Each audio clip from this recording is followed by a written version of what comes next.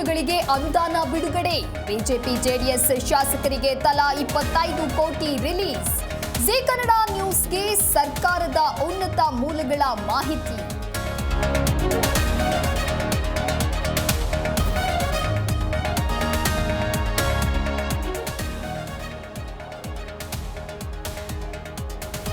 ಜಾತಿ ಗಣತಿ ಪಟ್ಟಿಯಲ್ಲಿ ಗೊಂದಲ ವಿಚಾರ. ಲಿಂಗಾಯತ ಸಮುದಾಯದ ಬಿಜೆಪಿ ನಾಯಕರ ಸಭೆ. ಲಿಂಗಾಯತ ಕ್ರಿಶ್ಚಿಯನ್ ಎಂದು ನಮೂದಿಸಿದ್ದಕ್ಕೆ ಆಕ್ಷೇಪ.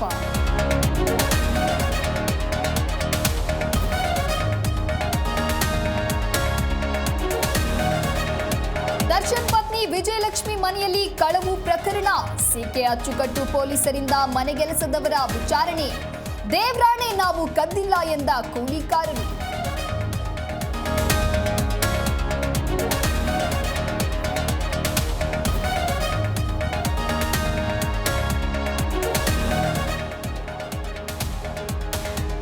ಹಾಸನದ ಮೊಸಳೆ ಹೊಸಹಳ್ಳಿ ಟ್ರಕ್ ದುರಂತ ಕೇಸ್. ಖಾಸಗಿ ಆಸ್ಪತ್ರೆಯಲ್ಲಿ ಹಣ ಕಟ್ಟಲಾಗದೆ ಗೋಳಾಟ.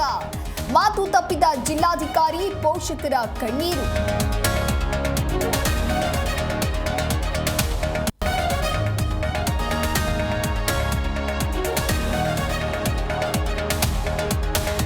ಚಿಕ್ಕೋಡಿಯಲ್ಲಿ ಟೈರ್ ಸ್ಫೋಟಗೊಂಡು ವಾಹನ ಪಲ್ಟಿ.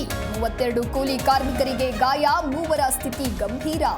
ಅಥಣಿ ಸಾರ್ವಜನಿಕ ಆಸ್ಪತ್ರೆಯಲ್ಲಿ ಗಾಯಾಳುಗಳಿಗೆ ಚಿಕಿತ್ಸೆ.